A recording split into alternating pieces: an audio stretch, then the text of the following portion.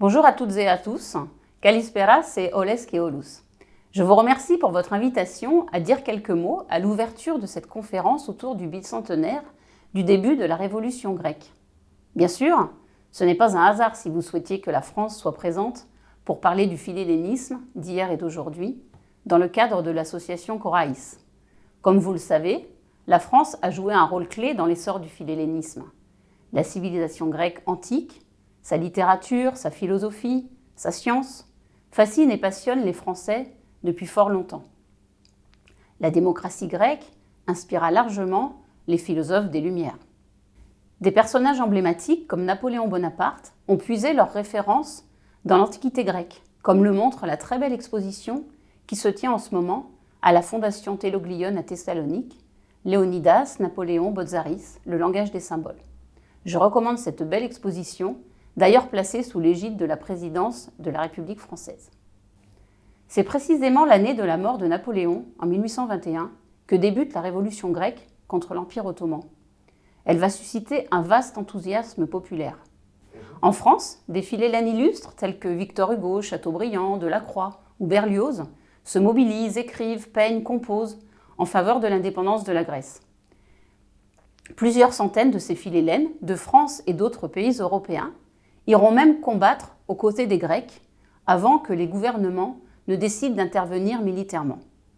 Après le succès de la flotte franco-russo-britannique à la bataille de Navarin, en 1828, la France décide d'envoyer un corps expéditionnaire de 15 000 hommes, conduit par le général Maison, dans le Péloponnèse, avec cette expédition de Morée. La présence française aux côtés des Grecs se poursuivra ainsi sur plusieurs années. Cette période de la guerre d'indépendance grecque a largement cimenté l'amitié franco-grecque, comme l'illustrent les nombreux événements qui ont jalonné cette année de commémoration du bicentenaire. J'imagine que cette conférence va y revenir à plusieurs reprises.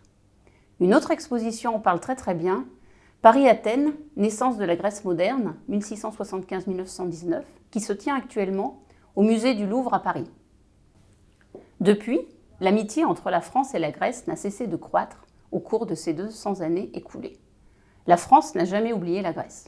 Pour ne citer que quelques exemples emblématiques, depuis cet appui de la France à l'organisation civile et militaire du jeune État grec, on peut par exemple citer la période du Front d'Orient, ici à Thessalonique, de 1915 à 1918, où pendant plus de 3 ans, 300 000 soldats sous commandement français, des combattants mais aussi des ingénieurs, des scientifiques, des agronomes, des médecins, des archéologues, vont métamorphoser durablement la ville et la région, nouer des amitiés entre soldats, mais aussi avec les habitants.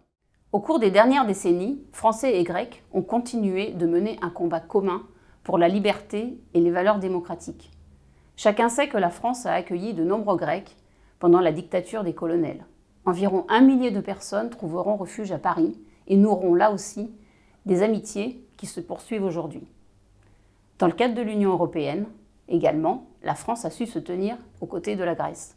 Elle appuie dès le départ son adhésion à la communauté économique européenne, puis à la zone euro. Elle sera aussi à ses côtés lors de la crise grecque, comme nous nous en souvenons tous. Cette amitié entre nos deux pays, nous la voyons aujourd'hui dans notre quotidien. Dans le domaine politique, de la défense, dans le secteur de la culture et des échanges économiques, la France et la Grèce construisent ensemble leur destin européen. Au plus haut niveau de l'État, votre Premier ministre et notre Président ont noué une relation très forte. Notre ministre des Affaires étrangères était en Grèce la semaine dernière, après la signature de ce partenariat stratégique franco-grec fin septembre. À tous les niveaux, nous construisons cette amitié. L'Institut français de Thessalonique, que j'ai le plaisir de diriger depuis un peu plus d'1 an, en plus de mes fonctions de consul général, offre chaque jour à cultiver cette amitié, à la renforcer.